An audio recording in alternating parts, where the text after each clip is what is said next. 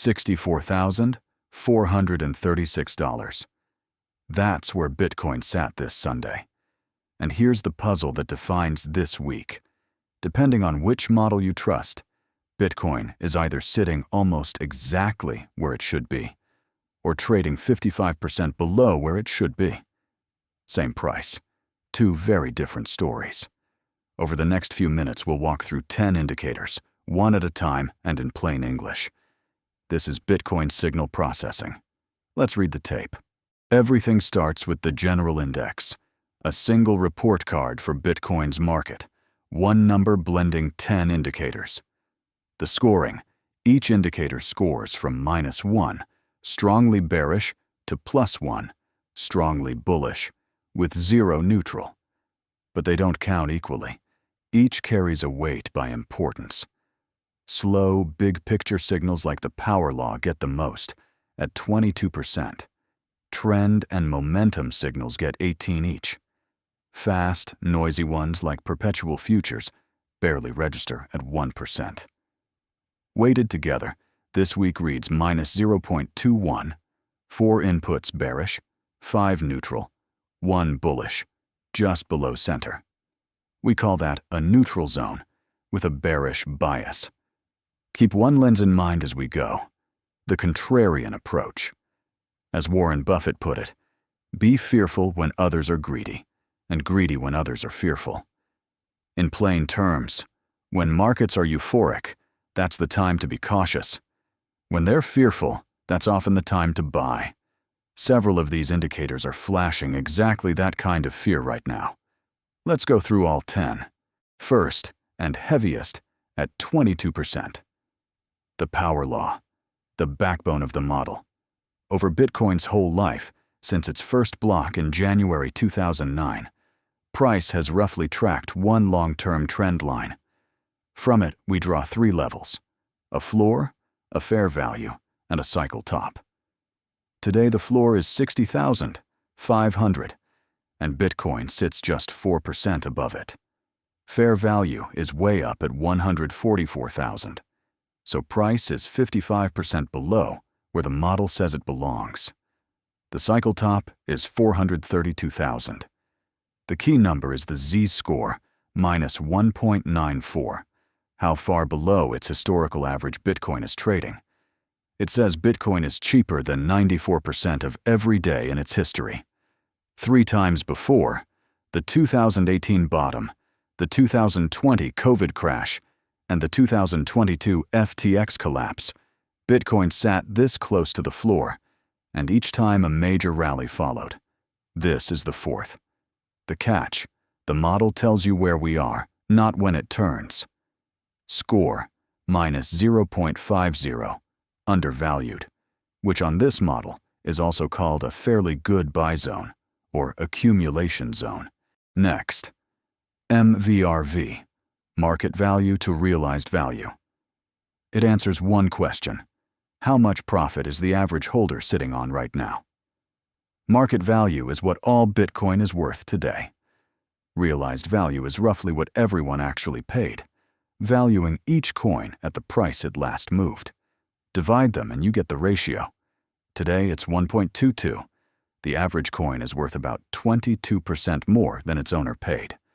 A healthy profit, but nowhere near euphoria. Why it matters? MVRV is one of Bitcoin's best cycle timing tools. Above 3.7, almost everyone is deep in profit and tempted to sell, and that's where every major top has historically formed. Below 1.0, the average holder is underwater, and those moments have marked the best bottoms. The gauge runs from 0 to about 4.2. At 1.22, the needle sits in the calm green zone, less than a third of the way to danger. The Z-score is +0.38, today's ratio against its own history, a mild positive, meaning we're modestly below the long-run average, not stretched. The score is +0.28, the one clearly bullish card this week.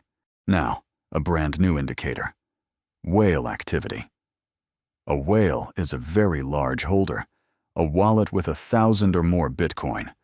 And because these are the most informed players, watching them beats watching the crowd. The headline comes from Glassnode, a leading on-chain data firm. It tracks long-term holder net position change, long-term holders being people who've held for months or years, the patient money. Over the 30 days ending July 12th, it's plus 74,000 Bitcoin. This group is net adding, accumulating, rather than selling. When long-term holders buy into weakness, it's one of the more reliable bullish tells, because they rarely sell near lows. The details reinforce it. Whales scooped up roughly 270,000 Bitcoin, about $16.7 billion, concentrated near 59,000, while ETFs were bleeding money. Long-term holders now hold about 72% of all Bitcoin, 16.3 million coins, leaving the supply available to trade unusually thin. And when supply is this tight, it takes little fresh demand to move price sharply. CryptoQuant confirms these accumulation wallets are still rising as retail demand fades. One watch item, a wallet nicknamed 356My, dormant since 2018, moved 2,900 Bitcoin, about $188 million, on July 12th, but to a new private wallet, not an exchange, so it doesn't look like selling. The verdict: accumulating. Bullish. The biggest players are buying the exact level the power law calls cheap. Perhaps they are also watching the power law. Next, the 50-day versus the 200-day moving average. A moving average is the average closing price over a set number of days. It smooths the noise to show the trend. The 50-day reacts fast. The 200-day is slow. Fast line above slow means a healthy trend. Fast below. Slow means it's turned. Bitcoin peaked near 124,000 in early October 2025. Then on November 16th, the 50-day crossed below the 200-day. A death cross. The classic sign a trend has flipped bearish. It's a lagging signal. It confirms the drop after the fact. It doesn't predict it. Today, the 50-day is near 63,700, and the 200-day near 73,900. A $10,000 gap with the slow line on top. Price near 64,700 is just above the fast line, but below the slow one. Until the 50-day climbs back above the 200-day, this stays bearish. Score: minus 0.50. On the right is RSI, the Relative Strength Index, a 0 to 100 momentum meter, where above 70 is overbought, below 30 oversold. Both the 14-day and monthly RSI sit in the neutral middle, mid-cycle, not a top or a bottom. One more look at monthly RSI, because zooming out tells a story the single number hides. Remember, monthly RSI is long-term momentum. Readings above 70 have marked cycle tops, and the low 40s have marked major bottoms. Here's where every cycle turn sits. The 2017 and 2021 tops printed up near 90 and 95. The bottoms sit far lower. The 2018 bear low around 45, the 2020 COVID low near 49, and the deepest of all, the 2022 FTX bottom at 41. Today, we're at 43.9, right inside that historical bottom band, and nowhere near a top. Monthly RSI is a slow confirmer. It can sit low or drift lower still. But on long-term momentum, Bitcoin is already priced like a bottom, not a top, which echoes the power law's undervalued read. Quick pause. If this weekly breakdown is useful, subscribe and ring the bell. New episode every week, completely free. Like the video, share it with someone who watches Bitcoin, and drop a comment below. Back to the signals. Indicator 7. Spot Bitcoin. ETF flows for the week of July 7th through 16th. A spot Bitcoin ETF is a stock market fund that holds real Bitcoin, letting institutions and everyday investors buy it through an ordinary brokerage account. Flows is the net money in or out each day. In means buying, out means selling.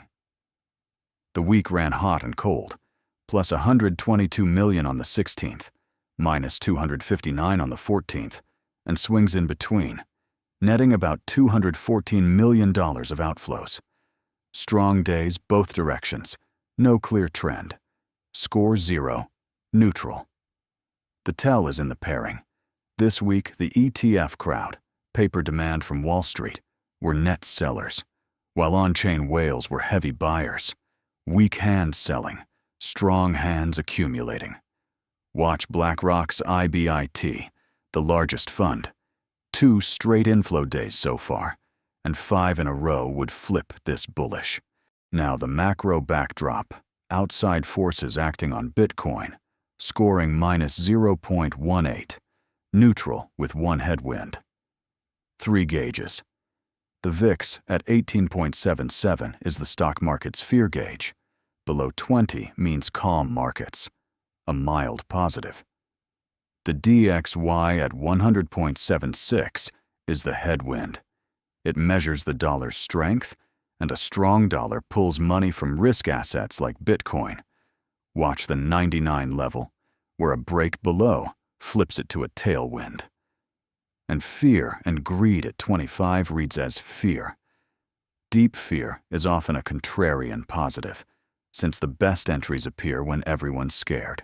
3 shorter indicators group together: perpetual futures and funding. Perps are futures with no expiry used to bet with leverage. To keep their price tied to spot, one side pays the other a small fee, the funding rate. Positive means bulls are crowded. Negative means bears. It's almost flat now. With open interest, the value of all open positions around $17 billion. The leveraged crowd is balanced, waiting, not betting. Score 0.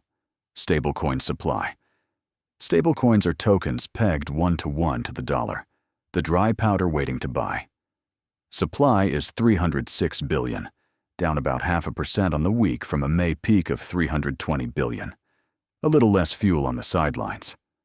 Score minus 0.50. And the LPPLS bubble detector, a model that hunts for the accelerating pattern that precedes crashes. Confidence is just 3.36%, far below the 40% alarm line. Dormant. No bubble. Score 0. Now the regulatory picture, the biggest crypto bill before the U.S. Senate right now. The Clarity Act, the Digital Asset Market Clarity Act.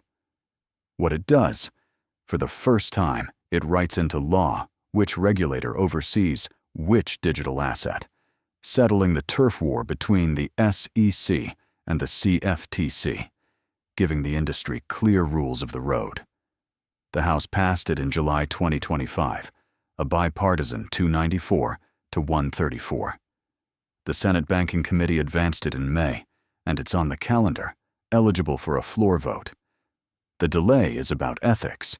Democrats want the law to bar the president, senior officials, and Congress from profiting off the crypto industry they'd regulate, triggered by the president's 2025 disclosure showing roughly $1.4 billion in crypto income. Democrats call that non-negotiable. Republicans call it a poison pill. The math is tight. Thanks to the filibuster, 60 votes are needed, and Republicans need at least 9 Democrats to cross over.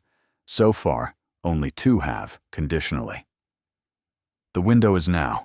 Leadership targets the week of July 20th, ahead of the August 7th recess. Prediction markets put passage this year at 36 to 39%. A coin flip. If it passes, it's the most significant crypto legislation in U.S. history, and a catalyst the charts haven't priced in. Let's bring it together. Bullish. The power law says historically cheap. Z-score minus 1.94. MVRV is healthy with no top risk. LPPLS is dormant, and whales are accumulating 74,000 Bitcoin in 30 days. Cautious. The trend is bearish after the death cross. The strong dollar is a headwind. ETF flows are indecisive, and the Clarity Act hangs in the balance this month. Blend all 10, and the composite is minus 0.21, a neutral zone with a bearish bias. The model says cheap, the smart money says buy, the calendar says watch July, the trend says be patient.